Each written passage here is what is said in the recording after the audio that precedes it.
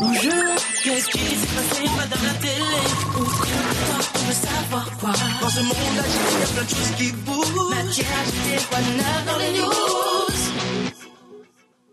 Salut à tous, bienvenue dans les news, ravi de vous retrouver, j'espère que vous avez la pêche et puis surtout que vous profitez bien de vos vacances parce qu'aux news, on bosse juste pour vous et on attaque tout de suite avec le zapping de l'actu du jour que Gauthier et Christine vous ont concocté. Beaucoup de monde hier au signal de Botrange pour profiter encore de la neige. Il faut dire que la plupart des autres pistes étaient fermées, mais ici on est sur le toit de la Belgique à 694 mètres et de la neige il y en avait encore. On se bousculait donc pour louer les dernières paires de skis disponibles. Il faut dire que le ski de fond c'est pas compliqué. Explication avec Lucas. Donc il faut avoir les jambes parallèles et alors quand on avance il faut lever le talon ici et alors après il faut redescendre et on avance comme ça et il faut faire des grands pas. Le temps d'enfiler ses chaussures et c'est parti pour 4 km de glisse.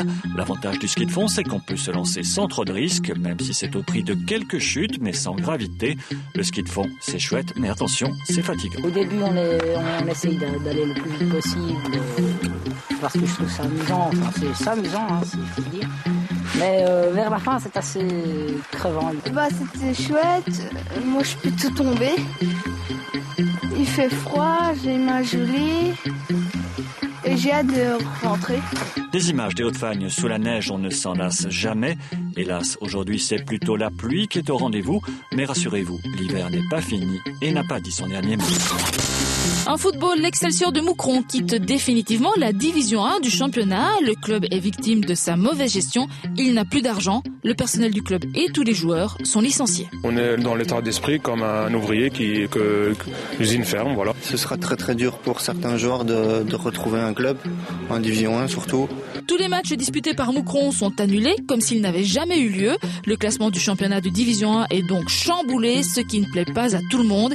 Il ne reste plus désormais que 2 clubs wallons en championnat, le Standard et Charleroi.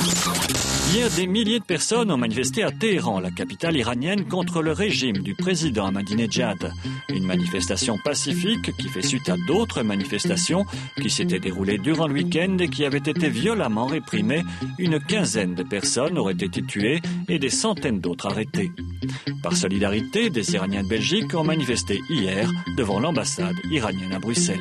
On ne doit plus ce régime pour l'Iran parce que il n'y a plus de démocratie en Iran. Les manifestants réclament la démission du président iranien, accusé d'avoir triché lors des dernières élections, un président dont le régime est de plus en plus fragilisé par la contestation populaire. Envie de réagir, c'est très simple, c'est sur notre blog que ça se passe et l'adresse se trouve juste là. Si vous avez regardé les news hier, vous aurez remarqué qu'on vous a réservé de petites surprises pour les fêtes de fin d'année, des interviews exclusives de vos stars préférées. Hier, vous avez découvert la jolie Cœur de Pirate. Aujourd'hui, c'est un peu plus pour les filles. Nos news reporters Kader et Marjorie ont pu poser toutes leurs questions au beau Quentin Mosiman. Regardez, c'est par là que ça se passe. Bonjour messieurs, salut. La cool attitude, bisous, bonjour, bisous, Quentin tchatche et met le paquet pour séduire tout le monde. Mais Kader et Marjorie, nos news reporters, ne se laissent pas impressionner et posent immédiatement les questions qui dérangent. Ta plus grosse bêtise à 10 ans? Alors moi, ce qui est drôle, c'est que j'ai fait des bêtises à toutes les années, si tu veux. Ma plus grosse bêtise à 10 ans. Oh là là. Alors, attends, je prends vraiment la plus grosse. J'avais coupé l'électricité dans un immeuble. Et j'avais fait croire que c'était mon pote qui avait fait le truc. Écoute, tu sais, sous les... Enfin, on va rentrer dans les détails. Tu sais, sous les interrupteurs, t'as des espèces de petits fils. Et on s'était amusé à tout couper. Enfin, faut pas le faire, hein. C'est pas une bonne idée. Oula, la bêtise de compète, c'est pas bien, Quentin. Enfin, heureusement, Quentin ne faisait pas que des bêtises quand il était petit. Il faisait aussi des concours de chant. Chercher le garçon, trouver son nom. Chercher le garçon, trouver son nom. À 10 ans, que voulais-tu faire plus tard? Mes potes, ils voulaient devenir pompiers et policiers et avocats et machin. Moi, je voulais faire chanteur.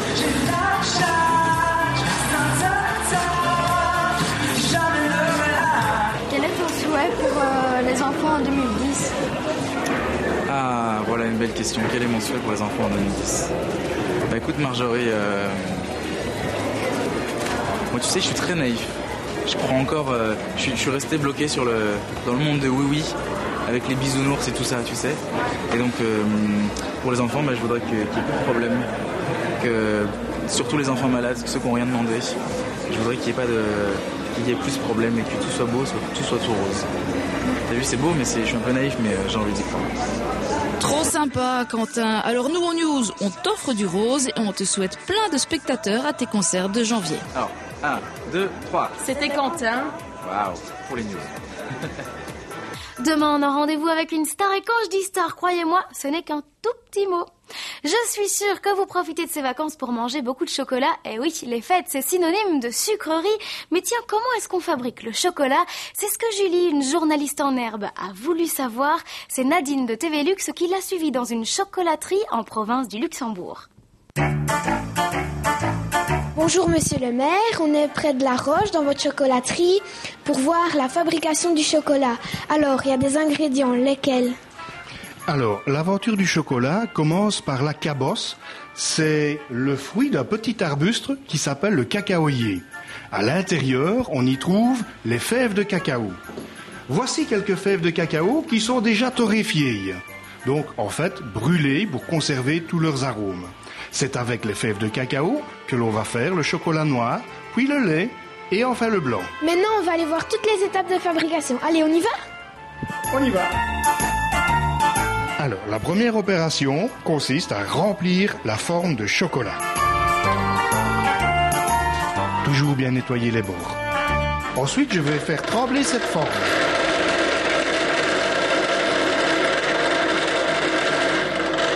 Tout simplement pour évacuer l'air du chocolat. Je vais maintenant vider la forme de son chocolat.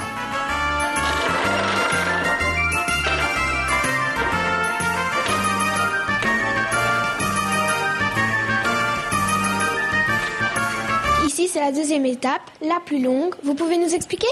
Oui, Julie, effectivement, c'est l'étape la plus longue parce qu'il faut préparer le fourrage. J'ai un petit peu triché, je l'ai déjà préparé, évidemment. Maintenant, je vais faire un petit trou dans le fond de la poche pour pouvoir remplir les petites alvéoles.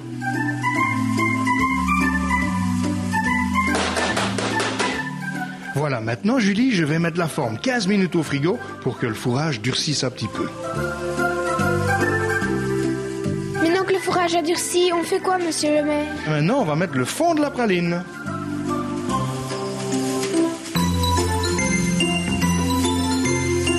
Et pour la dernière fois, on va mettre la forme au frigo. Voilà, Julie, on arrive maintenant à la dernière étape. Maintenant, si tu veux déguster, il va falloir travailler un petit peu, hein. Tu sais démouler ? Tu te saisis de là sur le côté et puis tu retournes la forme. Voilà, bravo Julie ! Tu peux maintenant déguster.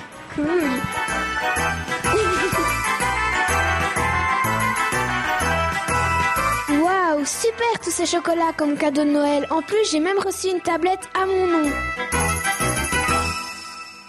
Si vous avez envie de visiter l'atelier de la chocolaterie, n'hésitez pas, vous trouverez toutes les infos sur notre blog. Et puis tout de suite, on retrouve la météo avec Christine, la plus grande fan de chocolat de la rédaction.